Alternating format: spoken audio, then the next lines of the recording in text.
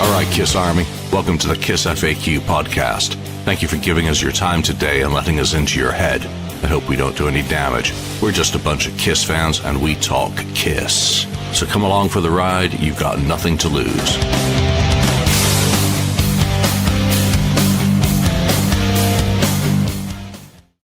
All right, welcome to the KissFAQ podcast. Everyone who's joining us live, thank you for being here. We appreciate your support.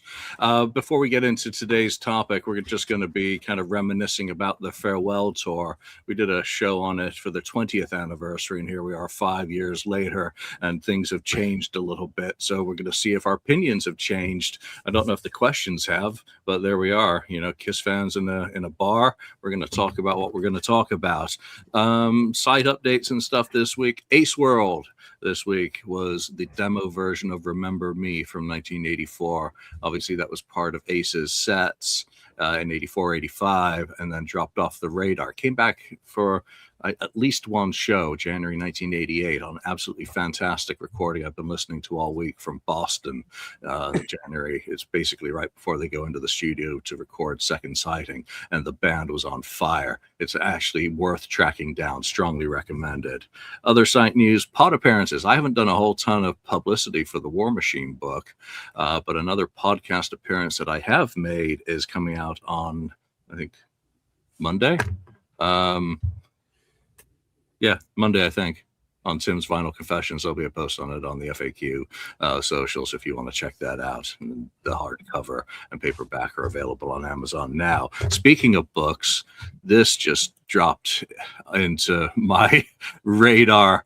Coming in September by Erica Davis, the official Kiss Tarot guidebook cards, whatever the hell any of that means. It's not something that I have any interest in whatsoever, but obviously with that blazing logo on the front, it is official product. So any interest from the panel on the official Kiss Tarot deck and guidebook coming in September? Tarot decks, isn't that, crazy bag ladies trying to make money, saying fortune telling in a way. Fortune telling your future? Isn't that tarot cards? I have no interest in that. It is, but it's very graphic art driven tarot cards. Okay. They are an art form unto themselves. If you like illuminated scroll type designs and stuff that goes even more into the arcane, then that's kind of interesting. If you like fortune cookies, well, maybe it's the right product for you. Not my thing at all. Lonnie or Ken? No, I mean, yeah, it's interesting. I'd like to see what the cards look like inside, just to give me an idea of the artwork. But just looking at it the way it is, no, I'm not going to buy it. I don't think. Who got there first? Kiss Vids. Yeah, Ouija board's next. The official Kiss Ouija board. Yeah. Wouldn't be shocked. Yeah, Lonnie. No, not really. No. Okay, good. Then I can move on. No. Thank you. Other news and events this week. Well, Lonnie, you went to Knoxville to see the one, the only. Tell us about it. I did. We, my wife and I went to Knoxville to see Peter last Saturday. It was really well organized, and we got there. He started signing at 1:00. So we had heard that you're going to wait in line for a while, and I'm not a stranger to that. So we got there about 11:00 to get ready, and there were people there before us, obviously, and he started signing at 1:00. We got to see him about 2:00, which was it was fine. But before he started signing, Gigi came out and kind of addressed the group a little bit and said, "Hey, it's going to be a long day. Make sure you guys eat. Peter's really going to take his time with everybody that he gets to talk to, everyone that comes up. So just make sure you have plenty of food and." Just stay well today. And if you need anything, let someone in one of the, Team Catman t-shirts, no, so that we can help you out. And it was nice too that I was planning on sitting on the floor while we're waiting, like I've had to do in the past, but they had chairs for everybody. Everybody was sitting in a chair as they were in line waiting, which I thought was a really nice gesture that they didn't have to do. So they made sure everybody was comfortable while they were waiting. And then we got up to them, and you get back there, and John's there, and Jason's there, and the whole team Catman's there, and they're looking at what you're going to get signed, and you get up to Peter, and he's sitting there with Gigi, and I got my original 78 signed by him, which is very cool. And I got the new album as well. And then I also got my Alive, which is now 3/4 of the way there with Gene, Ace, and Peter.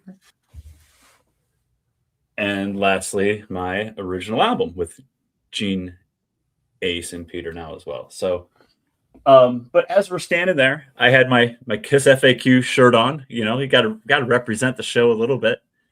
And Gigi looks at me and she goes, and I wasn't really going to draw attention to myself, like, oh, do you know who I am type thing, or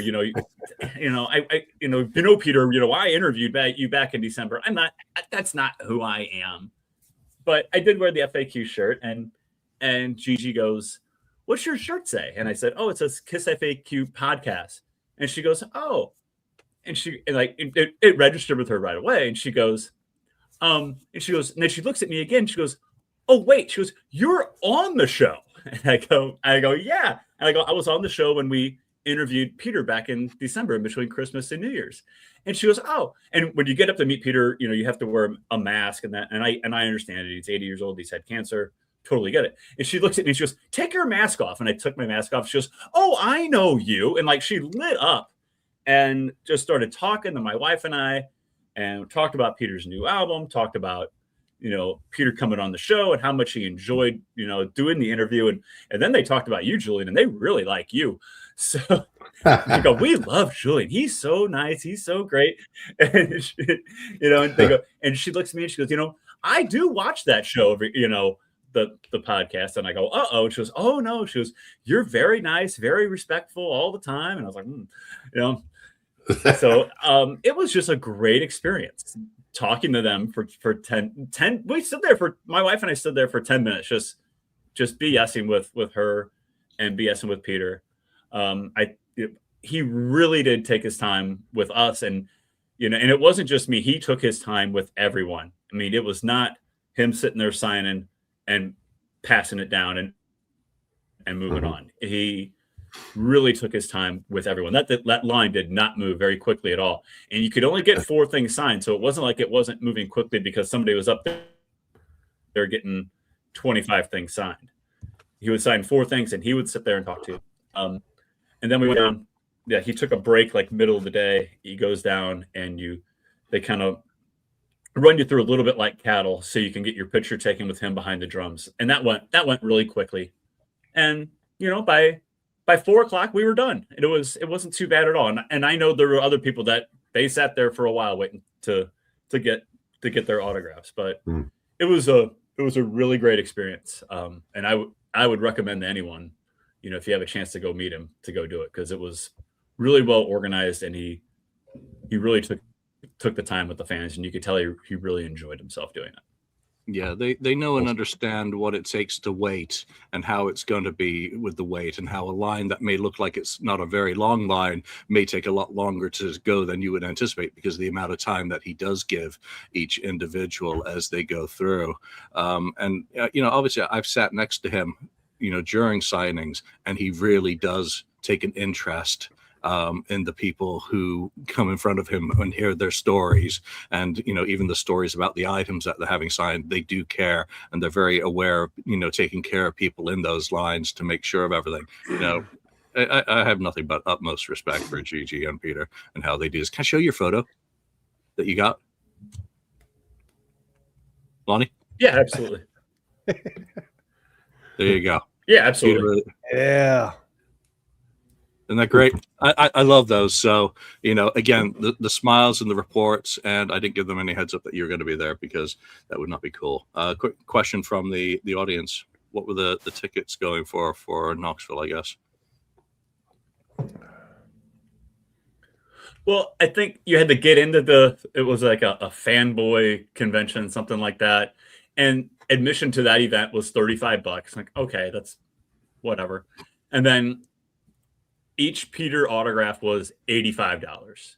So Oh, okay. I thought they were going to be originally I thought they're probably closer to 100. So 85 was kind of cool.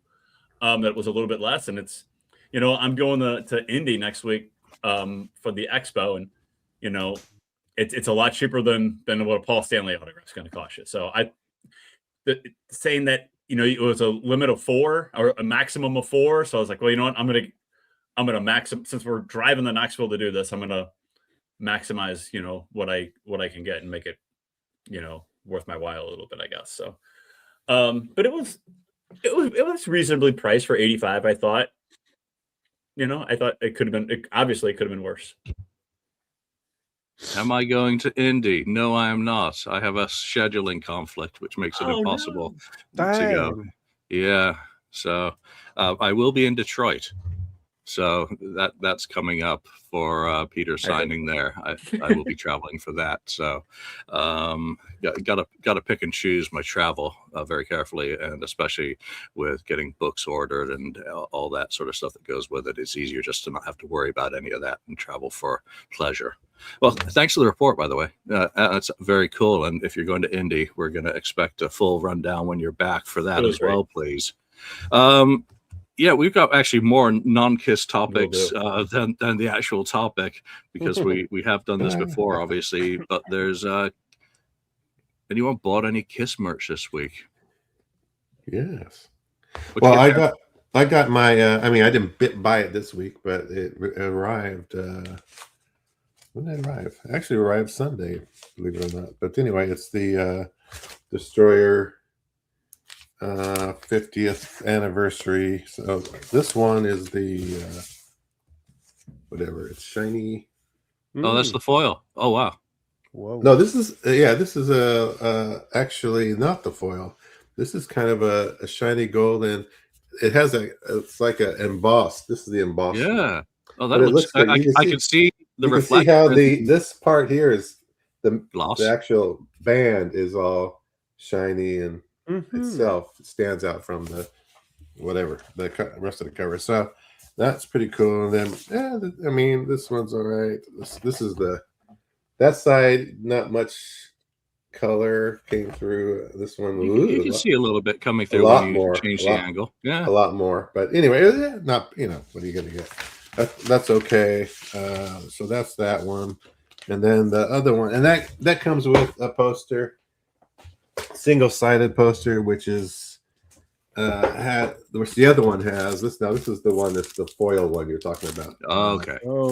The picture disc one. Oops, I'm making lots of noise here. Careful now. I ripped something. Okay, so this one there. That one, that looks good as well. Both of them look fantastic. Yeah. Reminds me of the foil poster cover kind of thing. So that and the disc. Oh, I guess I should show that because that's the picture disc, isn't it? Yeah. Okay, picture disc. Can't go wrong with that picture. Spirit of 76 US Tour 76 picture, and then the other one with the classic, absolute classic shot. Yeah. So that's pretty cool. I'll just show quickly. Then the insert is a good heavy weighted insert. Actually, the center sleeve. Now the poster is this is double side poster. So you got the Destroyer. Now that you smudged it, not mint and package. Poster, yeah. But the other side is the shiny silver kind of deal of the motorcycle. Damn. Oh, I like that. that one is the single-sided one that's in the colored vinyl. Has this motorcycle only. So that's it. And so yeah, pretty cool. Just waiting for the next one, which will be shipped, I think, at the end of the month or What is the next May or something. May the liquid filled. Oh, okay. Yeah, I ended up doing it. Yeah. All right, so I did a little bit of shopping this week, and I got a fanzine in from the UK, Kiss This fanzine, with an interview with Dennis Woollock, and I bought the wrong one, which is why this arrived. Did not intend to purchase that, but there you go. If you don't do your due diligence. But I also did get something that I did want, and it's the new Destroyer fanzine arrived for me. And to quote Lonnie, I gotta say, wow, wow, wow, wow. Wow, that's a 5 wow response. I mean, right down to centerfolds. And you know what? This is really becoming the official fanzine of the Kiss Army, period. Not just Kiss Army Sweden, because the quality of the work, excellent writing, the features, a lot of stuff about Ace, Paul at the Wentworth Gallery, Ace's final year. It's a cool feature. And I'm not going to show pictures or stuff because that's really a giveaway. Emil did a fantastic 1981 one that I'm going through right now with a fine-tooth comb. But I love the stuff that he does, especially his vlog features. So my pen pal Esther, that was by Nick Clemente. That name sounds familiar. I think he did something an Ace cover. Oh no, he was on Unfinished Business, I think. I have to fact check that. Steve Brown, the man behind 10,000 Volts. Some very cool photos. When lightning struck Bill Baker. Anyone who knows anything about Ace remembers Bill Baker's collection. Absolutely incredible. Whole bunch of magazine spreads here. And this is Ace on the cover. Vinyl releases. Just go through this quickly. Kiss Cruise Landlocked in Vegas report, an extensive report from the Army on that event, including separate feature on Unplugged. Very well done. Love the layout, love the design, love the colors. Just, I mean, I can't show it with using this fake background to hide my mess, but it really is absolutely spectacular. So if you're on, oh wait, wow, look at that. Oh, we even get a little feature in it. So very, very cool. Thank you, Daniel, for cheerleading and leading that effort. Very much appreciated. Something on Bill Starkey, the Kennedy Center. So again, it's really the newspaper for the Kiss Army, and Kiss Army Sweden Destroyer fanzine. Check it out. Daniel, you want to add anything from the Swedish perspective? I just like to add the pricing of the magazine is, really good. I mean, no problem when it comes to money. If you compare it to what some of the reissues costs, I mean, this is nothing. So the pricing is really good, and they seem to have gone around the shipping to other countries. The first one took a while to get over to America, but now it seems to work better. So I guess they're working out the problems, and it'll only get better, and you'll get it faster over on the other side of the pond. And I think it's a great mag for everyone. I mean, it's not a lot of money, so you should try to become a member, because this is something you want to support. I mean, this is true fandom, true passion from the Swedish Kiss Army, and it is now all in English. So it's actually the fanzine of the Kiss Army at this point in time. It is. I don't think there are any other ones around at this point in time. Not on this scale, and this really takes me back to the days of Strike. Which Strike was kind of the leading visual fanzine of the 90s for my taste. I mean, Kiss Collector was fantastic as well, and there were others, but Strike was really unto itself, and the stuff that Nico did with that. And even though we've moved forward in terms of technology, it's still nice to have a piece of paper in your hand, a magazine that feels like a magazine with a thick glossy cover and quality, and from editorial all the way down to image selection, all through the process. There's a real drive to make it something worthy of the name Kiss.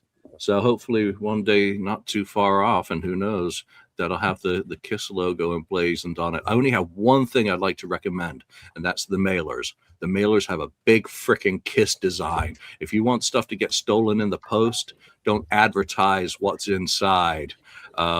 Just put the return address up on the top. In America, postal theft is a deal. So save your money on your mailers and just get a plain one to not give any indication that it's got Kiss shit inside. Bunch of thievings. Yeah. All right. Ken, any thoughts on the issue? Since I think you got yours as well. Yeah, I thought it's great. I'm not done looking at it all, but it's really cool. High quality material. I mean, just I'm looking forward already to the next one. Yeah. All right. Well, let's get into today's topic. I know that's a very extended intro, but there's a lot of fun stuff that I just wanted to cover before we start rehashing the farewell tour. It's the 25th anniversary, and anytime we hit a milestone, it really raises an opportunity to look back. In the time since we did the 20th anniversary of the farewell tour, obviously there's been an Off the Soundboard released, which was from the 2001 section of the tour, which we're kind of marking now. At this point in 2001, they were in Australia. They were heading towards that final show. What was it? Carrera. I don't have my FAQ up in front of me right now, but I think it was on the 13th of April. The show was about to. And so we've finally gotten a soundboard worthy of that tour with that single lineup. But obviously Peter leaving the band and not coming back, and the mess that was still lingers over it. But let's just go back to the chaos. Was it a fitting capstone to that chapter, the 5-year span of the reunion? And what were your feelings in 2000 when the tour was announced? Let's start with Lonnie.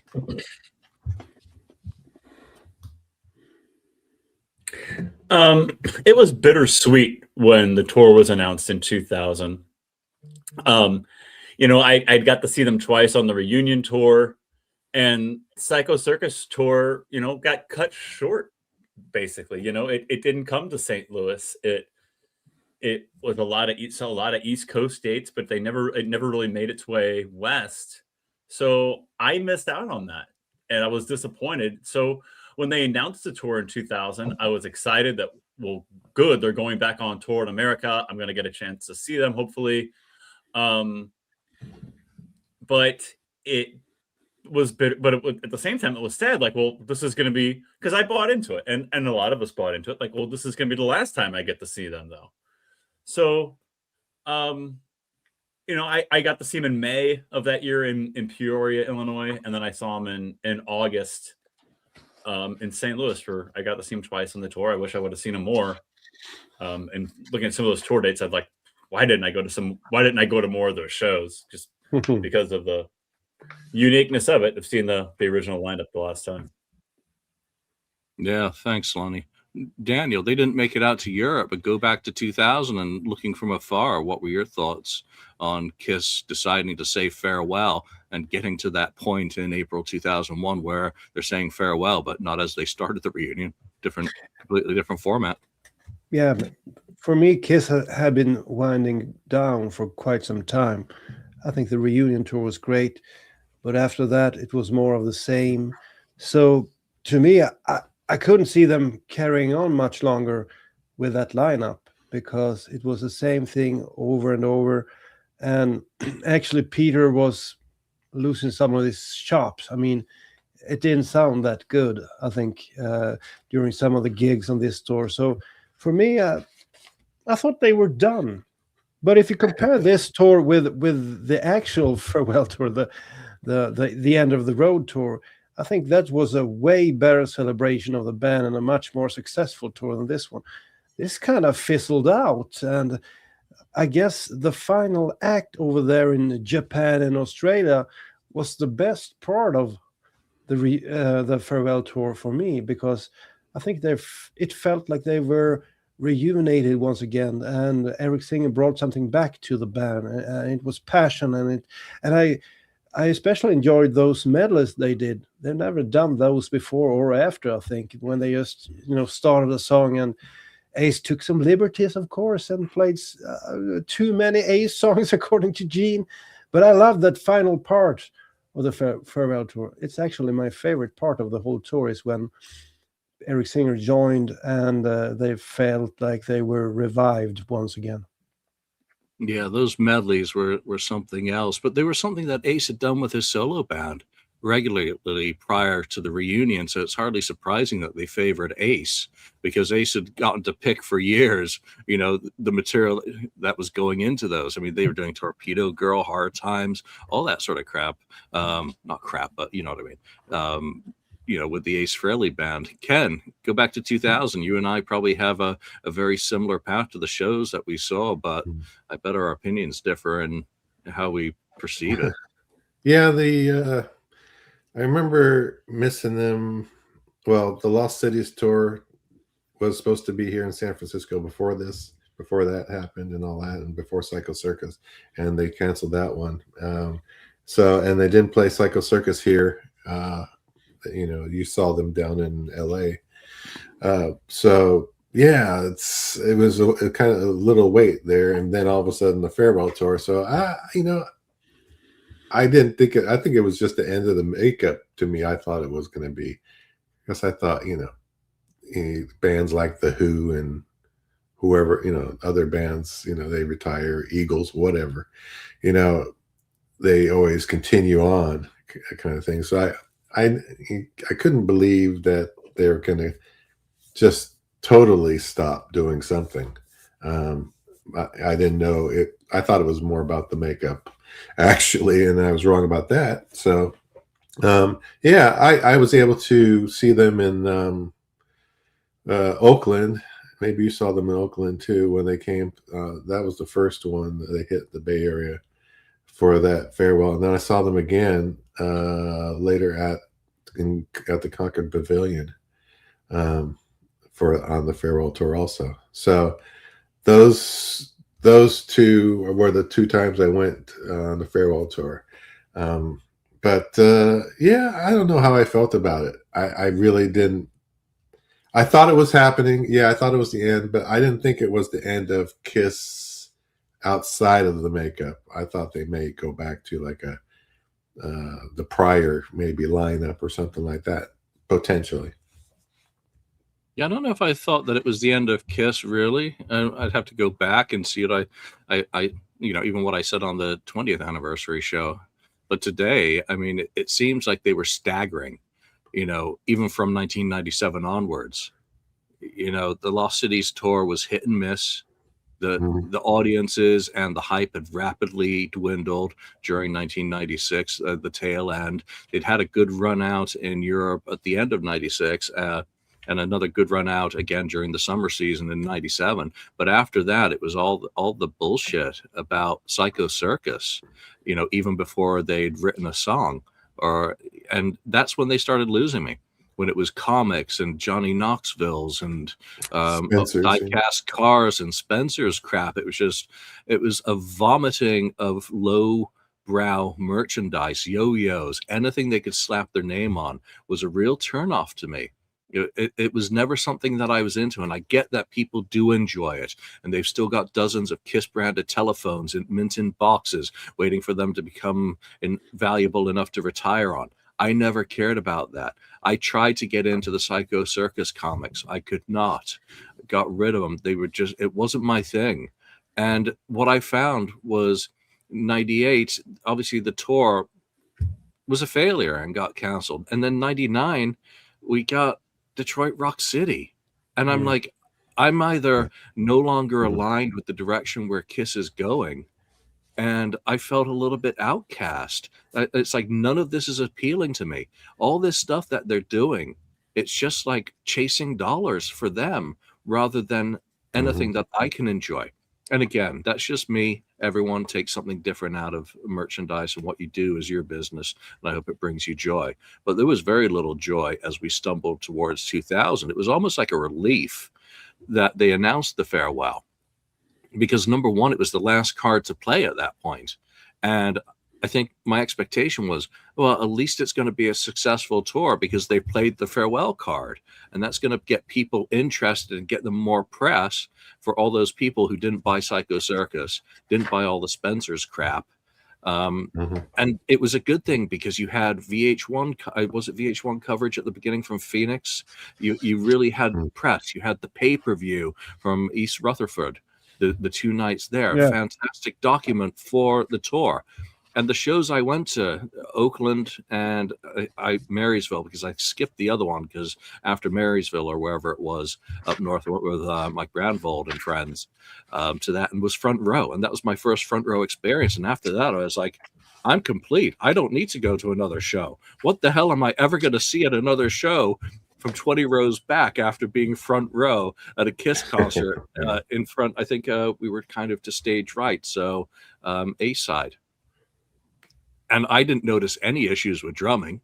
I didn't notice anything, but I was so enveloped in the experience of front row, they could have been hitting bum notes left and right and it wouldn't have registered. So after that, I'd kind of come back into it. I was like, I love this.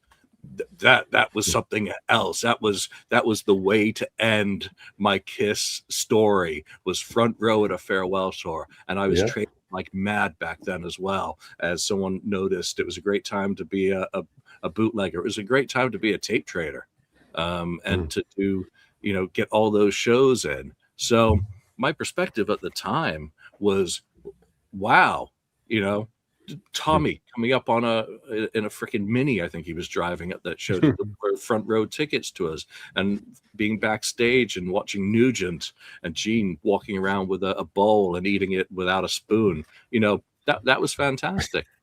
So for me, it was a fitting ending. And as the tour went on and we started hearing some of the drama and we saw the teardrop appear, I was like, oh crap, here we go. Not this crap again. And, Peter talks about what happens in his book. So shows you attended. Daniel, you had none. I talked about mine. Lonnie, did you detail which ones you went to?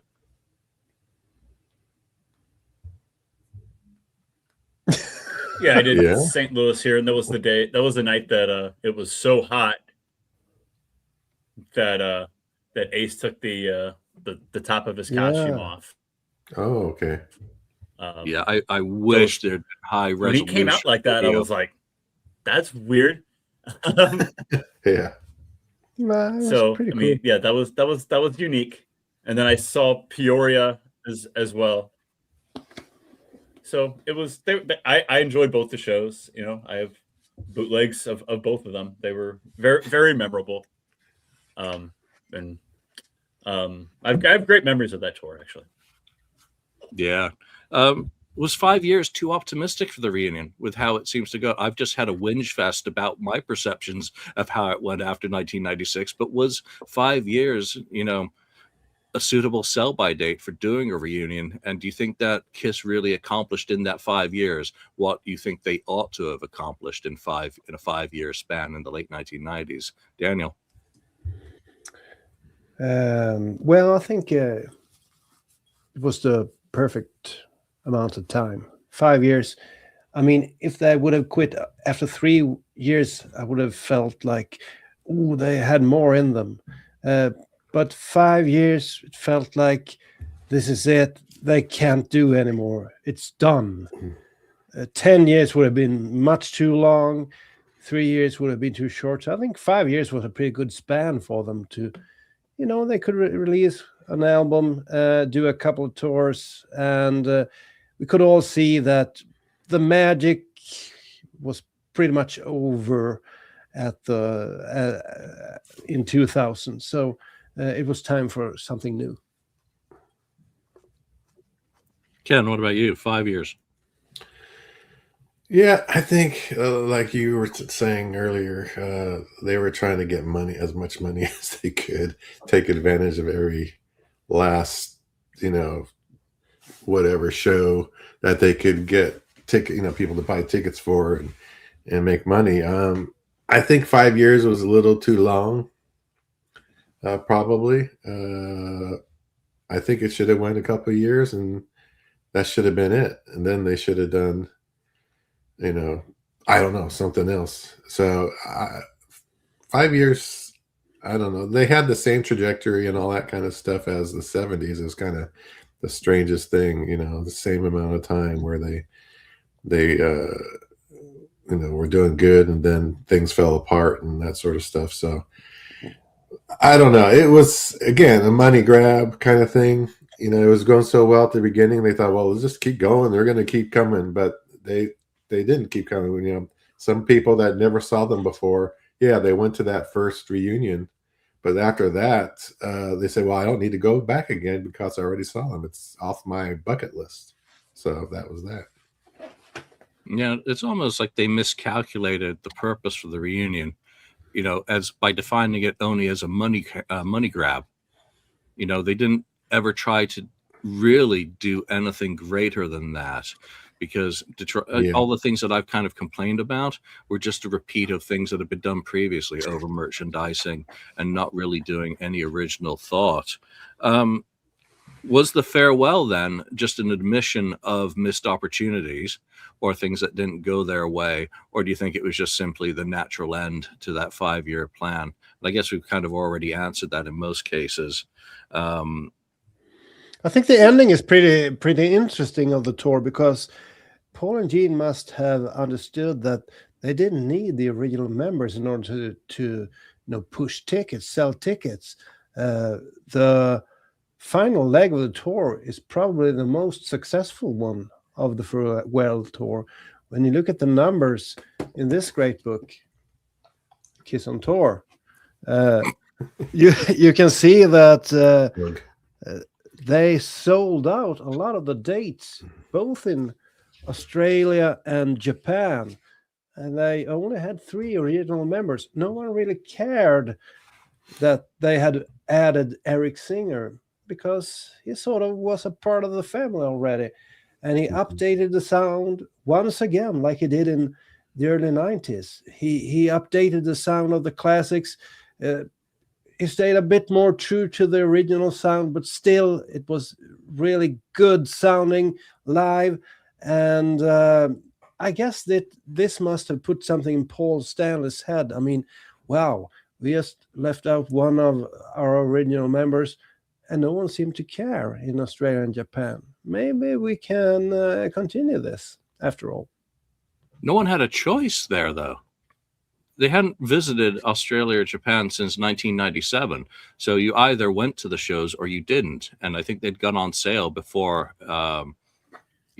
Peter's replacement by Eric had, been announced, because that was, very early. That was early 2001. So those shows were already booked. I think, though, that Paul, and I don't want to blame Paul, I think that Kiss figured out we don't need originals. We can use the makeup now, so we don't care if Ace isn't happy or if Peter isn't happy. And when you get that mentality, I think that adjusts how you negotiate with those guys, because then you're thinking, well, look, it didn't impact us at all. You get kind of a false perspective of those successful tour days. We've just sold out places, without realizing we've just sold out places that we don't visit very often, have a rabid following that really love this band, and really behave in a way that's an outlier to any other market in the world, Europe and North America. So I think delusion enters the picture, and Peter and Ace are expendable. No Peter, no Ace, no problem. We'll slap makeup on, put lipstick on a pig and go forward. Lonnie, what's your thoughts on, on all that?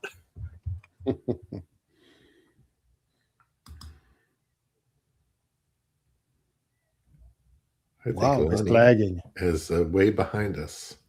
Like 10 seconds.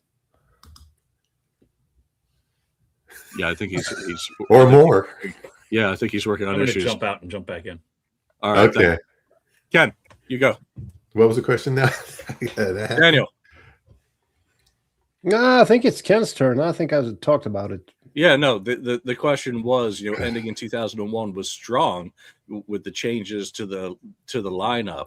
To Oh which yeah. saying Well, that no, it was a delusion. I think That false pretense. yeah. I mean, they discovered that I think, well, not being in Japan or Australia for a while, that always helps sell tickets because you're not there every year like the U.S. or whatever, passing through that sort of thing.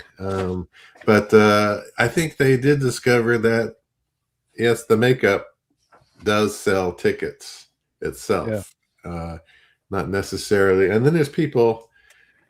Again, how many shows have I been to where the guy is next to me, or a couple seats, by me, and he's saying, and the spaceman is playing solo, but he's saying, Ace, all right, Ace, but he wasn't there or whatever, So a lot of these casual fans didn't even know Ace was not in the band anymore when Tommy filled in, or when Eric, sat in. So it was a makeup thing. It was a perception kind of thing.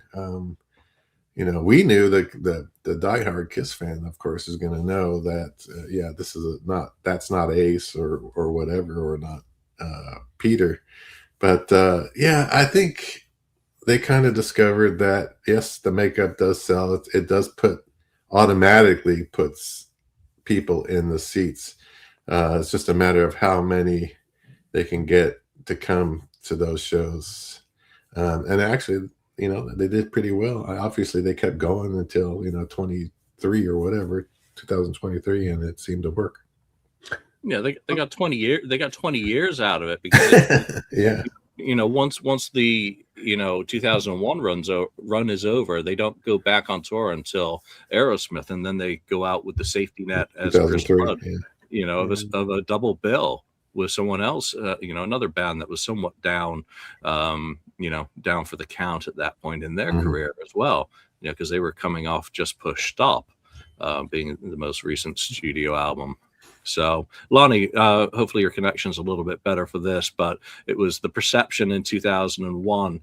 Is it a false perception that they were stronger than they were, or was it just kind of that natural end of the cycle? I don't know. I feel like it was just kind of went out with it was just disappointed when they didn't finish it the right way without the four of them. I was just, it was just a letdown to me.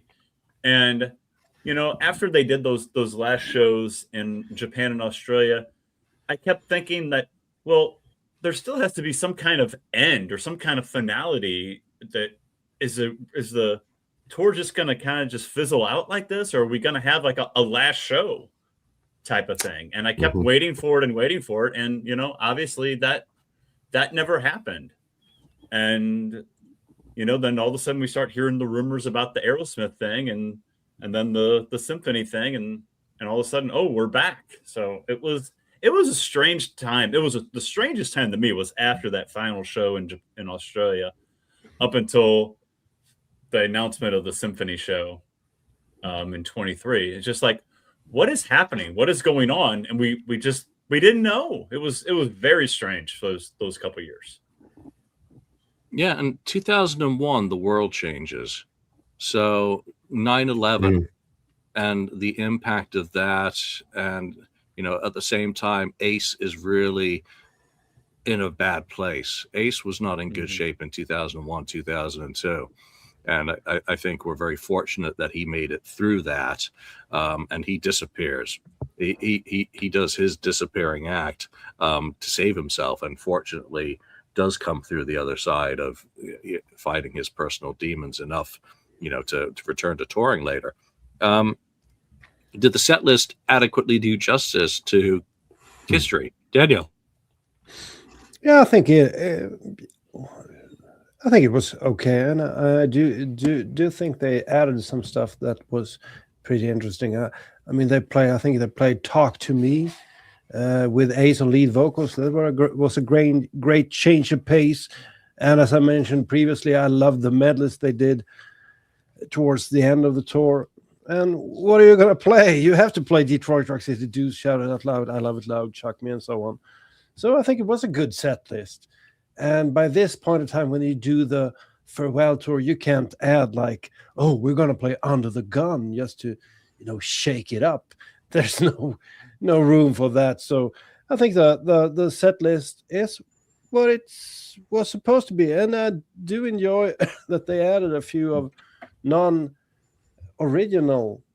songs, because a lot of Kiss fans grew up in the became fans in the 80s. So I like that they added. I think they added "Heavens on Fire," "Lick It Up," and well, I guess that was it. But Psycho Circus. Loud. I Love It Loud. I Love It Loud. Yeah. Oh, I thought they had Psycho Circus too, right? Mm-hmm. Wow, maybe they played that one as well. I don't remember, but they did. They played Psycho Circus. Okay. But other than that, God of Thunder and Cold, I mean, you can't say anything about the set list. They need to play that kind of stuff. And I think it was a great addition to add a few of the biggest hits from the 80s. So those fans could enjoy that as well. Lonnie. Yeah, I thought it was a really strong set list. It was a good greatest hits set list for a farewell tour. I mean, it was strictly the hits, and I did enjoy them shaking it up with Heavens on Fire, I Love It Loud, and Lick It Up, adding those in there as well to make it a complete, history of the band with those songs included. You could have said, oh, well, where Tears Are Falling or something like that. And Paul also did that little snippet of I Still Love You before Black Diamond.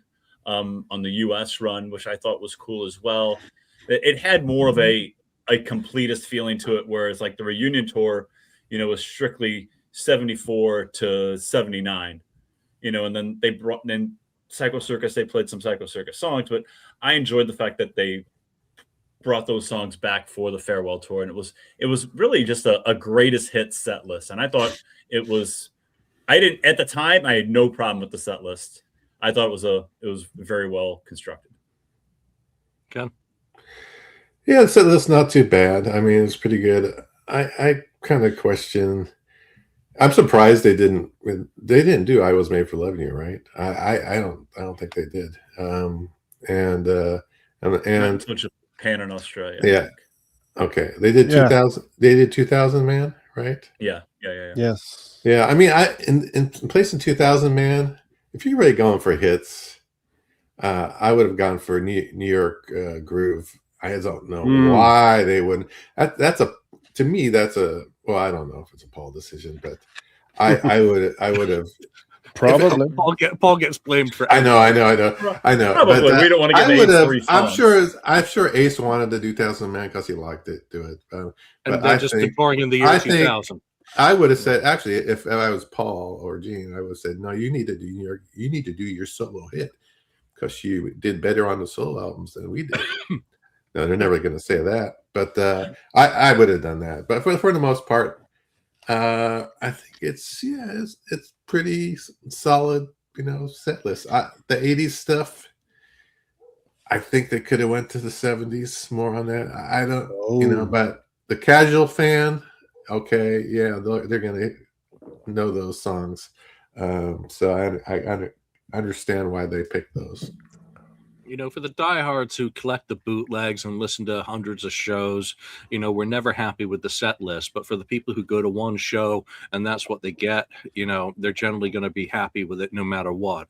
It's the same complaint during the reunion tour. You wish they'd rotated things a little bit more. They had stuff like "Come On and Love Me." They had what was it, Rock Bottom or Room Service, kind of worked up for that. Christine 16 early on, I Stole Your Love, but there was never enough rotation because of the choreography and timing of the show back then. I guess that's a convenient excuse. Well, other bands did it. Well, other bands didn't have to worry about stepping on landmines on stage. Just ask James Hetfield. I think one of the shows they played in New York Groove, or at least part of it, was in Australia on April the 5th.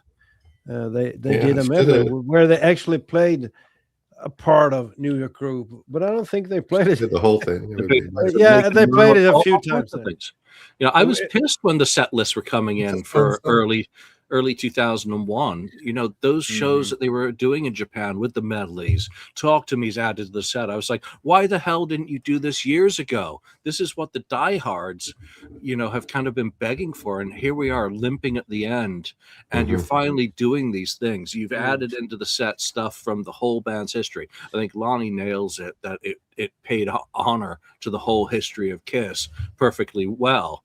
You know, and I think those songs, that we'll talk about that as a final selection of whether there were other unoriginals that you would have replaced any of those with.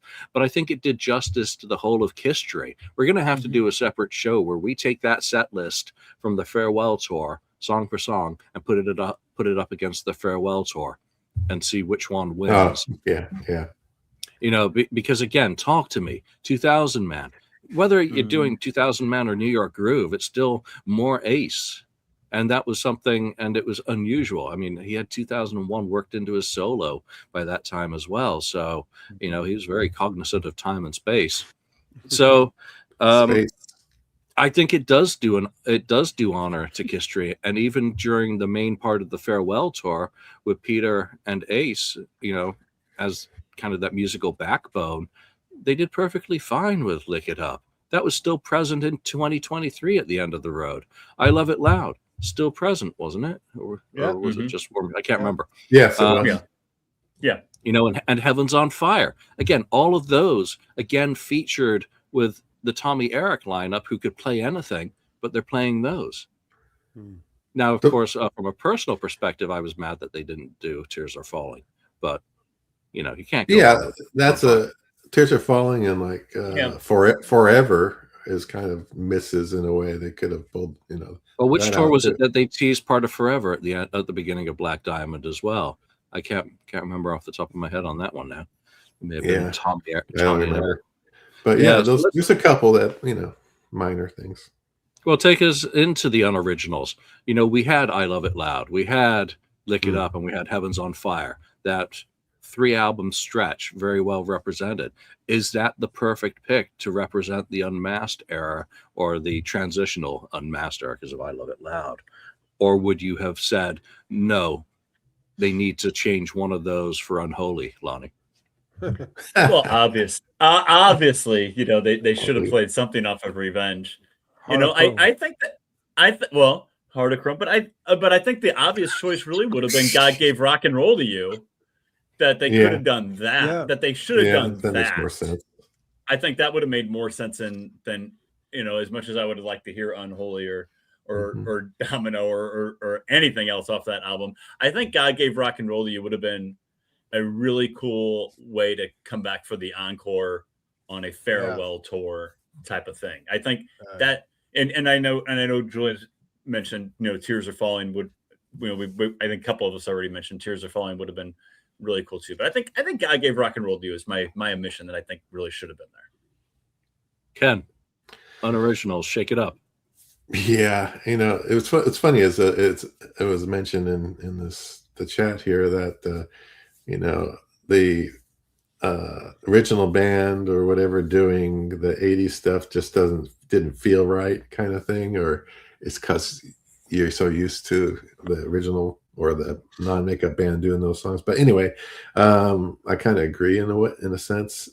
Yeah, I mean, I like Lonnie's idea. Excuse me, Crazy Nights is another, right? I said Forever earlier. I would have, you know I Love It Loud is there, but I would have rather have had War Machine instead of I Love It Loud. That one's done so well, and I just love that a lot more than I Love It Loud. But yeah, for the most part, I think it's okay. Tears Are Falling, Forever. I think you just got to pick, you know, if you're going to really go after the hit, you know, Forever was one of the biggest hits that they had. So I don't know why. With Ace Frehley doing the solo. Oh, Lord. That would have been interesting. That would have been interesting. Just imagine if they'd pulled a Peter on Forever And instead of doing it as a band, having Paul out there sitting on Peter's drum thing with canned music forever. Oh my God, that would have been terrible. I don't think that would have went over well. Well, I think your picks are great, but there is a problem, and that is that this lineup couldn't pull off God Gave Rock and Roll to You or War Machine. No way Ace could play those solos, or Peter could play that heavy drumming in War Machine. I don't think they could have pulled them off. So they had to, which are the most simple songs that actually were kind of hits in the 80s. Well, you got I Love It Loud, really simple. Julian always says, I can play the solo to that one, And Heavens of Fire, there is no solo. Lick It Up, there is no solo there either. So I think that's the main reason they picked them. Or, of course, they were some of the biggest hits. But if Ace could pull it off, I would prefer, like Ken said, War Machine is such a great song. Or God Gave Rock and Roll to You is a staple in the set. And unfortunately, they didn't play Europe, but God Gave Rock and Roll to You. And I would like to add maybe Crazy Crazy Nights.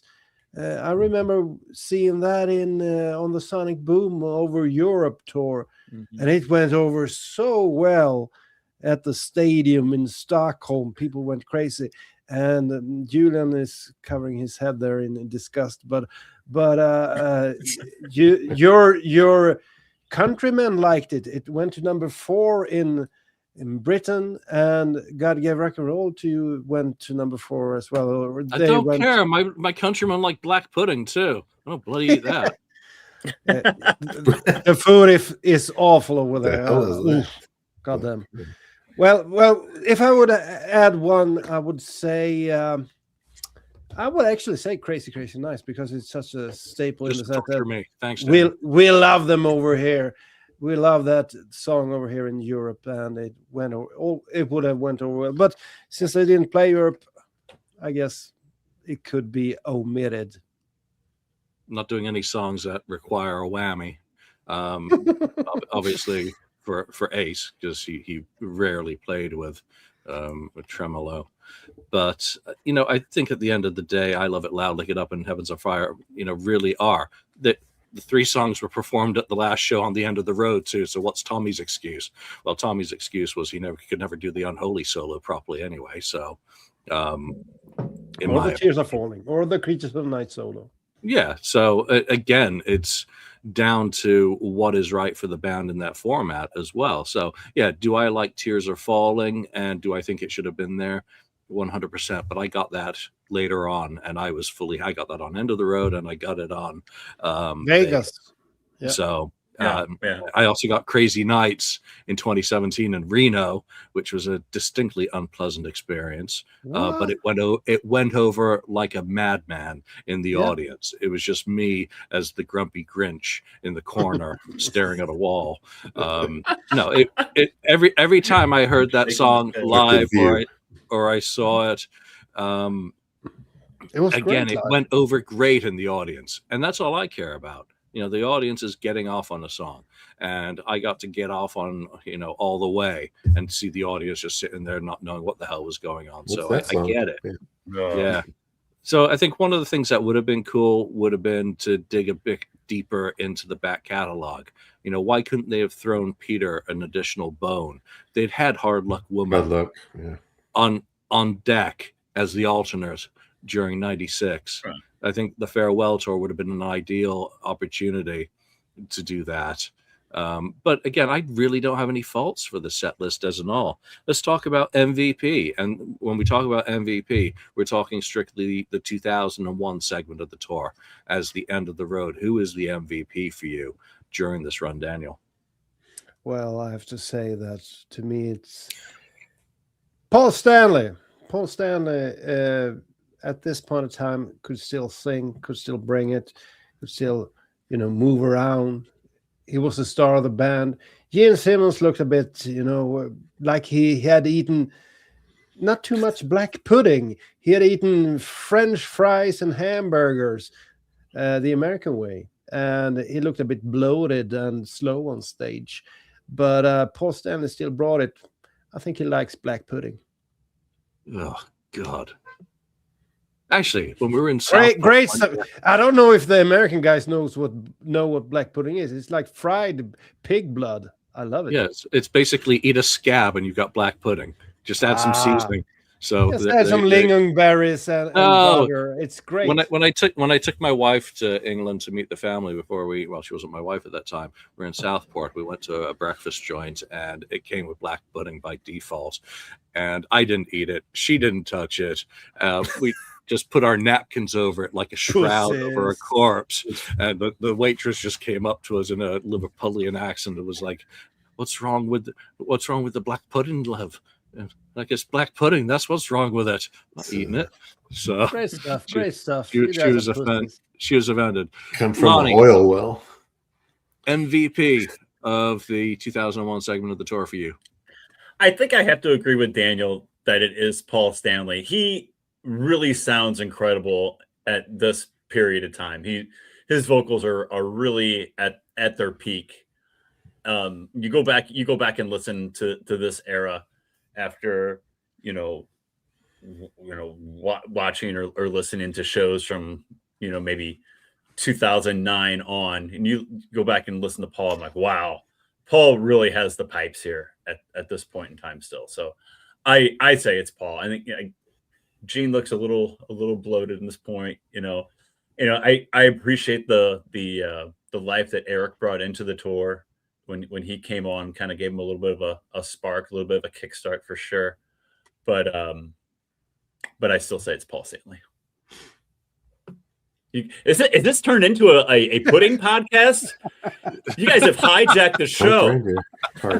Excellent. All right, Ken, MVP for you. Other than Gene. I know. Well, no, I'm not gonna pick Gene. I'm not gonna pick any of the band. I'm going to pick Doc McGee for keeping them going as long as they could, to get as much as they could out of them to make it through the Farewell Tour. So I got to give him credit for, putting that all together and keeping it going as long as they could until they kind of started falling apart there. So Doc McGee for me. Getting hungry here. Rhubarb pie. Loved rhubarb. My grandmother grew it. Sweet potato. MVP. I'm giving it to Ace. I'd give it to Peter for sticking to his guns and walking. But Ace let loose. Ace didn't give a damn. And you could tell, by some of he was just off kilter doing his own thing. We're going to be playing this. You guys could join in or not. And obviously talk to me. Yeah. He was the one who, to me, showed the most reinvigoration, the most freedom, whether it was because Peter was gone and Eric was in and had a different dynamic of it was, okay, I'm playing with a different drummer now, or it was just that the drama was over about whether the tour was going to continue, or that he knew that he was done and didn't give a damn anymore. Ace just let loose on that tour. And those performances were pretty damn loose. Even with Eric Singer back behind the kit, Ace just went off.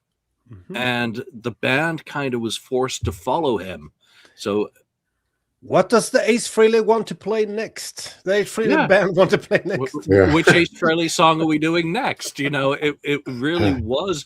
And you could tell it had shifted a dynamic in that while he was still staying to Paul and Gene, or the KISS plan. And again, sorry to be blaming Paul and Gene specifically, but he was like, but we're all going to do this. So he's the MVP for me for finishing out the tour with a sparkle and adding in some spice and some seasoning at the end. And that's the difference between 2001 and 2023. That 2023 had zero seasoning. It was flat. It was like soda that's been out in the sun too long and is not only uncarbonated, but is flat and warm. It was so going through the motions. It was just going through the motions. It was just monotonous at the end. Yeah. It was it was impossible not to have fun at those final shows with Kiss on the Kiss Kiss. What was the name? End of the road. End of the road tour, because you knew what you were going to get, but meeting the fans, getting all rallied up before the show, and just enjoying it. I was surprised how much I enjoyed that final tour that they did. I think they shouldn't have done it any other way. It was the best way of finishing off stuff, and with some of the help that Paul got, it sounded great, it looked great, and I mean, it was way more successful than the farewell tour. Hell, it was quite the difference. Well, look at the difference in ticket prices. Of course, it was more successful when it's just a matter of money, but in terms of attendances, it was pretty darn patchy, and they didn't even sell out their final shows. So, again, the end of the road is a completely different kettle of fish. Oh, sorry. I mean, did you attend the first show of that tour? I did. Yeah. And I remember you being quite less than 5 years. Being quite excited. I was very excited. Again, for the first show, and seeing everything and how they were presenting the final. Again, I'm not bashing it from that perspective, but with it dragging on for as many years as it did because of just COVID. Reality, it was well past its sell-by date when they stumbled across that finish line. And I totally agree with you that the end of the road tour, in many cases, and it's certainly the same for me, was more about the people side and hanging with other fans and celebrating something that we had in common. We weren't talking about politics or history or this or that. We were all about what our favorite memories were about Kiss, what we loved, what got us off, what got us excited. And it was all a celebration of our fandom and a celebration of the band within that context. Whereas on the farewell tour, there was a different dynamic in the audience, and I'm not going to say that it's the same for everyone, but from my perspective on those other tours, completely different experience. It was a completely different thing. But again, I wasn't there in Japan or Australia to be part of that fan community and the madness. And again, there was an overriding excitement in those markets. I remember the overriding excitement online in 2001. There was hope at the end of 2001 that they would continue, that they would do a European run, that they would have taken that energy that they had by being reinvigorated and continuing in some form. And I think a lot of fans, including me, were saying they shouldn't be calling it quits now. They've still got gas in their tank. They just needed to look at it differently, and what that would have entailed, who knows? But clearly, none of it happened. Especially, I think it's very unfortunate that lineup didn't get a longer existence, so to speak. I mean, Ace and Eric, they got along together. They played great together, and that lineup for the next show would have been very interesting to watch. But it wasn't enough. Ace needed to leave. Ace, again, it was like 1982 all over again for Ace. Yeah. I don't, and again, I have no inside knowledge on matters. I just don't think he was in a healthy enough place, just like 1982, where he had to go. Yeah. And I'm really surprised that, Gene and Paul didn't immediately make that transition and try and capitalize on the reinvigoration from 2001. Instead, it waited until, they seem to do all they could to keep Ace this time, though. Let's put it that way. Mm-hmm. Agreed. Yeah. All right. That's our thoughts on the 25th anniversary of the end of the farewell tour. I'm actually going to go spin that Tokyo off the soundboard. And later on, I'll rewatch the One Last Kiss or whatever it is. What was that thing called from 2000? The farewell tour pay-per-view. Yeah, I'm gonna rewatch New Jersey. Yep. Yeah. All right. What are your thoughts on the end of the farewell tour? Did it honor Kiss in 2001, or was it limping past the finish line? Was it chaos and disillusionment, or was it a fitting capstone to that chapter in history? Thank you for joining us today. We will see you next time. So from Daniel, from Ken, Lonnie, and myself, thanks for joining us.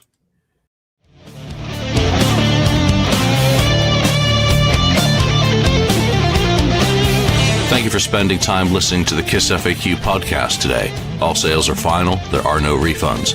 If you'd like, look us up on Facebook or come over to the message board and discuss the topics we've broadcast today. Don't forget to hit subscribe wherever you've listened to this show, and a like would very much be appreciated. We hope you'll join us again, but until then, remember, life's a radio. Turn it up to 10.